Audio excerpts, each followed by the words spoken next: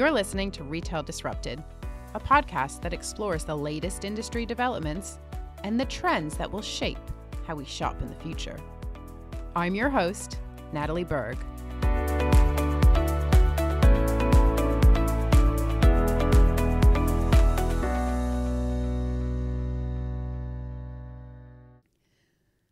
Hello, everyone, and welcome to a special edition of Retail Disrupted.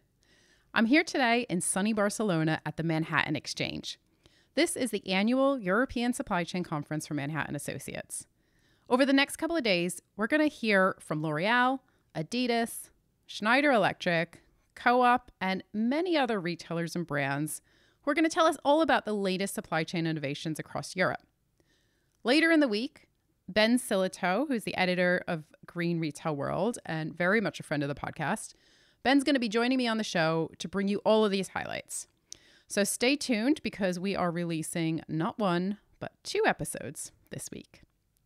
Now, for today's show, I am delighted to have the opportunity to sit down with Manhattan's own Peter van den Broeke to get his views on the retail landscape. Peter, welcome to the show. Hello, Natalie. Happy to be here. It's wonderful to have you here, Peter. I'm really glad we have the opportunity to sit down and talk all things retail and all things supply chain.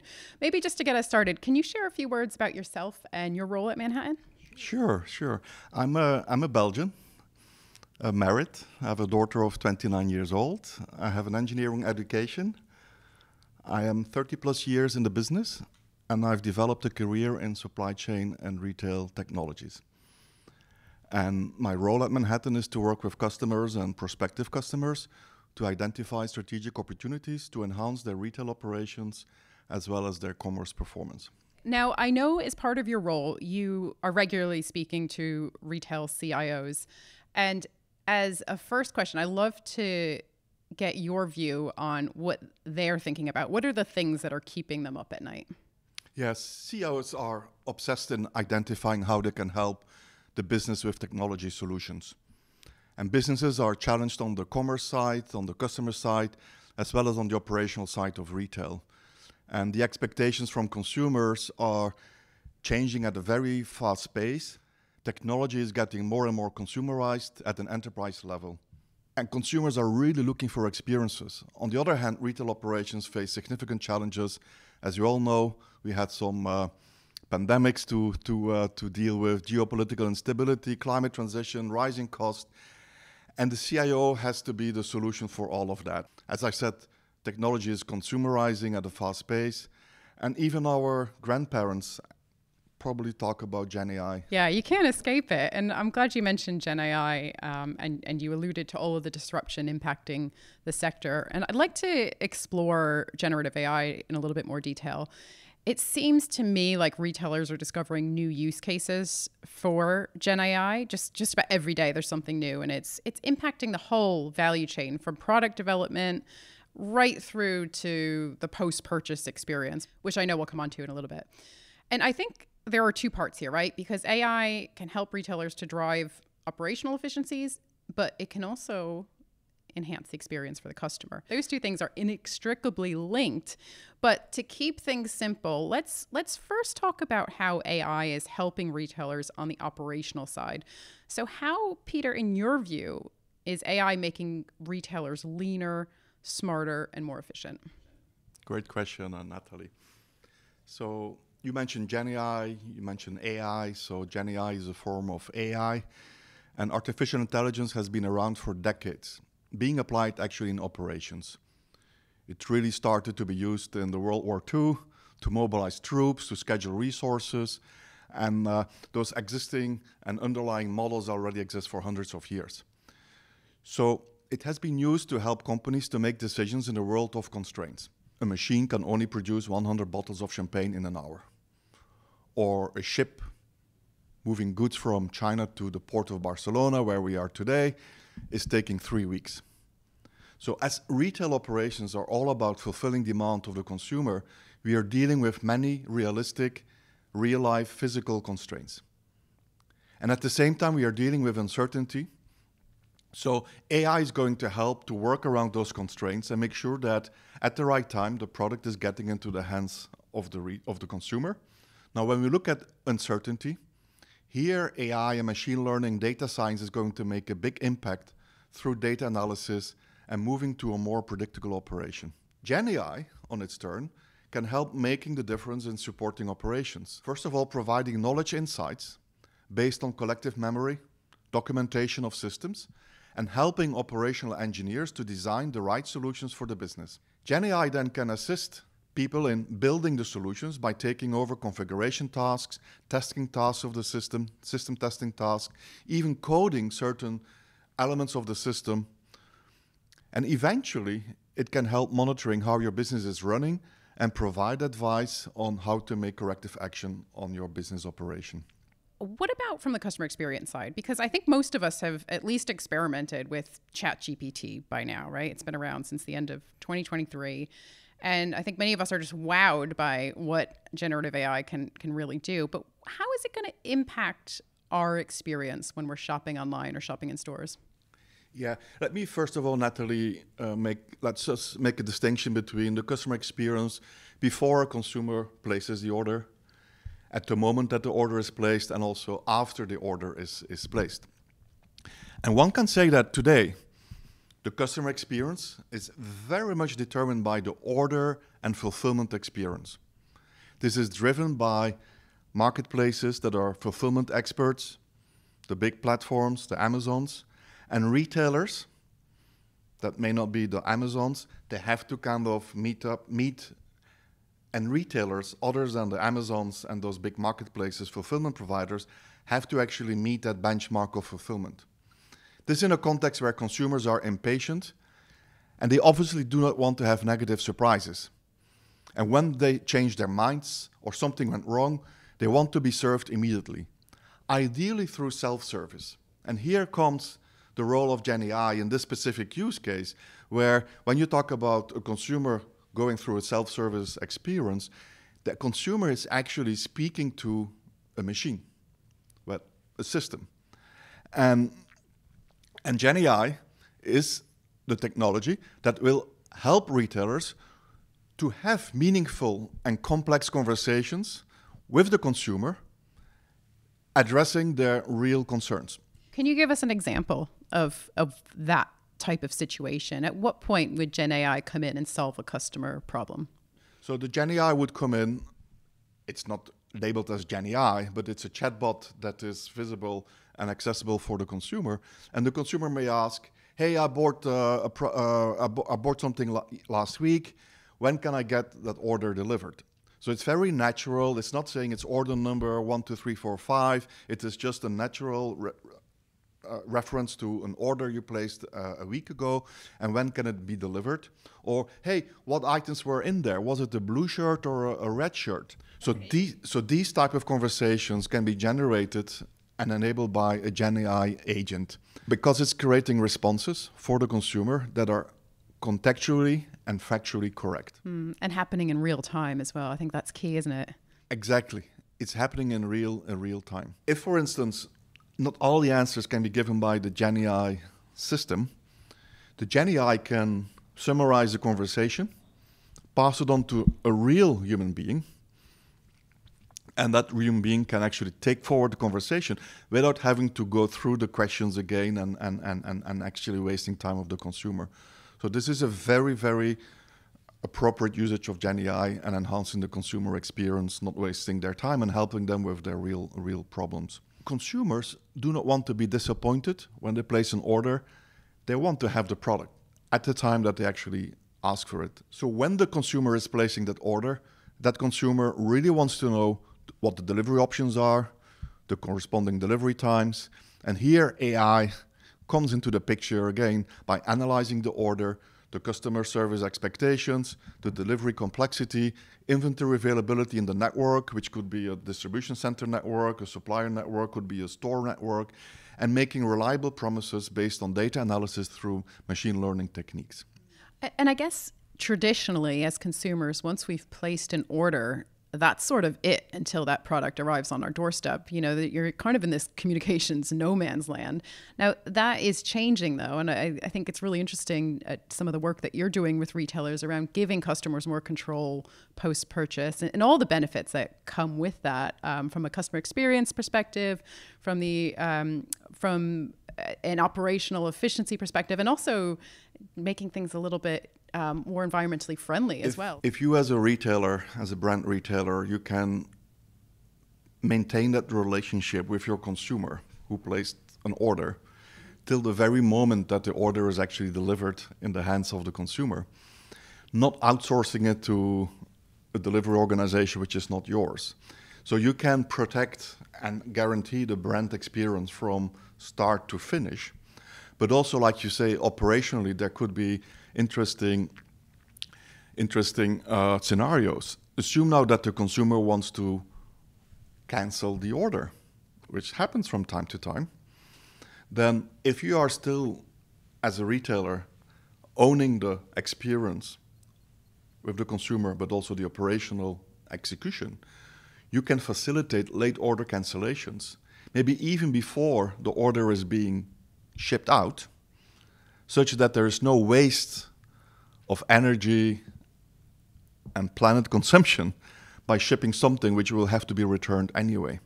Other benefit this would bring, and it's just an example, is that the point at which the consumer is getting its money back is pulled forward so that the consumer is happy. Maybe the product is not physically returned yet, but they're refunded immediately. But they're refunded immediately. But there's a caveat: if they refund something which is not to be refunded, then they will have to give the money back. But you can actually have an earlier refund. And also for the retailer, there's a big win, because the faster the product is back commercially available, you can sell it again. Yeah, so there is really a win for the consumer, a win for the planet, and a win for the retailer. Before we move on, what would you say are the main challenges with generative AI as it exists today, and how might this be tackled in the future? Yeah, I think obviously this is an intelligent system, and you can only you need to have some basic intelligence, but in terms of systems, you need to learn the intelligence. So you need to learn the system, you need to learn the model, and so making sure that the Gen AI is acting with accuracy, is not hallucinating, is definitely the key challenge today, especially in the world of retail, where you're dealing with consumers or dealing with operations. You can't hallucinate. It needs to be factually correct. It needs to be making sense. So we're going to move on now and talk about omnichannel, or as many of us are referring to it today, unified commerce. And I think consumers today, retailers are pretty well versed in the world of all things omnichannel, and they absolutely understand that shoppers today want to shop on their terms, and they need to provide that seamless experience for the customer across the many touch points that exist today. But I'd love to get your views on this phrase, unified commerce. What does unified commerce mean to you? It's a very good question, Natalie. So what's critically important is that the consumer is in the center of the whole buying retail brand experience. And consumers are they do not want to think in channels. Maybe he or she is forced to think in channels because the retailer is forcing that on them, but that should not be the case. So therefore, unified commerce is enabling this consumer-centric approach to the fullest. A completely seamless, frictionless experience where, I will give an example here. You could have heard about a concept of OmniCart, which is a shopping basket which could be filled digitally online or via your mobile device, your smartphone. You may have opted to pick up the goods in store. Then you as a consumer, you go into the store to pick up the goods. But then actually that OmniCart, that digital shopping basket, continues its own life as a physical basket. And it doesn't really matter whether now you're carrying a physical basket, but there's also this online basket somewhere, maybe already with physical products waiting for you to be picked up. And what is really interesting here is that if you take this unified commerce where the consumer is in the center, promotions is a big thing in retail and will always be the case. So what I've traditionally seen is that promotions are very channel specific. Now, if you have now this concept of an omni cart, the promotion that you want to promote as a retailer to your consumer should not be channel specific, and it can be applied on the content of your omni cart. So that if you would have bought something online with 5% discount, you still get it if you would buy that same product in the store. But also, if you then add something to your physical basket in the store and there's a promotion, buy 3, pay 2, that this promotion is also applied, regardless whether one of the products is bought online and the other product is actually bought in the store. And I thought this is a really nice example of stretching people's mind on what unified commerce really means could mean to the consumer today. Yeah, that's interesting, because I think when we think about omni-channel, we think about that seamless experience, whether that's online or in store, and of course it's not as simple as just one physical channel and one digital channel, because there's so many ways to shop today, whether that's, through Instagram or TikTok, or, there's just there's been this proliferation of choice for the customer, and it continues. And I think it can be hard for retailers to know where they need to be. I don't think they need to be in every single channel, but to your point, that experience needs to be joined up in real time. I think that's the distinction here, isn't it? And really further breaking down those barriers between the physical and digital world. So I think it's clear there's still some ways to go. Ways to go, and I would say that the only way to get to that level of retail performance is that as a retail organization, whether you're in operations, in commerce operations, store operations, is that you really think from the ground up with a unified commerce mindset, but also that you embrace technology with your heart and mind. Yeah, it's not an afterthought. It's really your digital core has to be there at any level of the organization, in any department of the organization, with the consumer in the center. Yeah, and there's no end date for any of this. I think that's another important point. When it comes to digital transformation, I think retailers do need to adopt this mentality of perpetual innovation, continuing to evolve, continuing to adapt, and that's no easy thing. Because one innovation is triggering another innovation, because it's only through experiences that you can discover, but maybe this is now the next thing we can experiment with, and you need to go through those phases, but you have to experiment that. So you don't want to be afraid of technology, you embrace it, you test it out, but always with the consumer focus.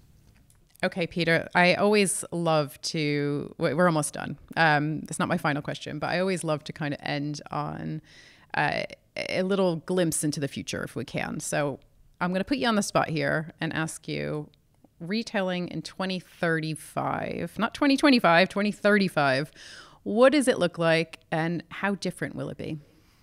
So you're asking a question how I will shop when I have been retired. So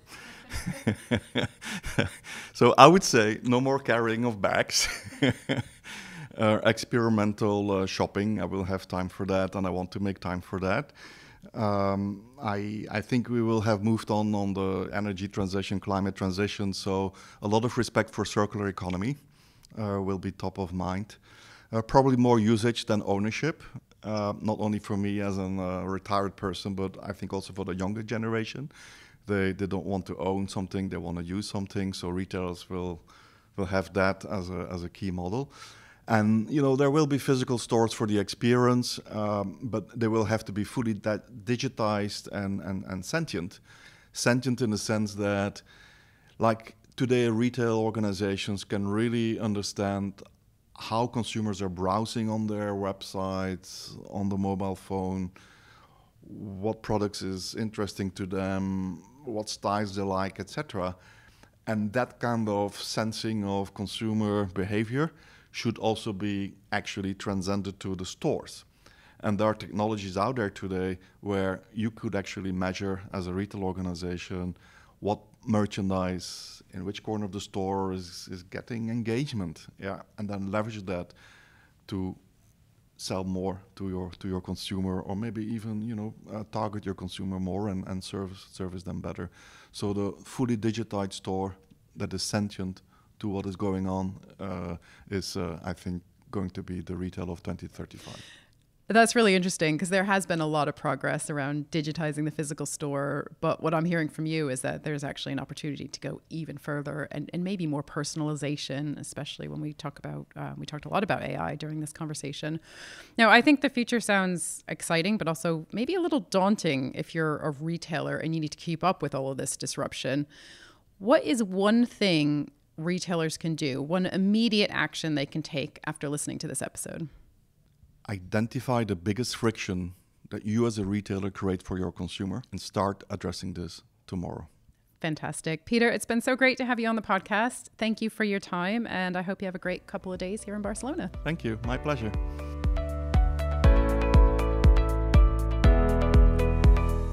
Thank you for listening to Retail Disrupted.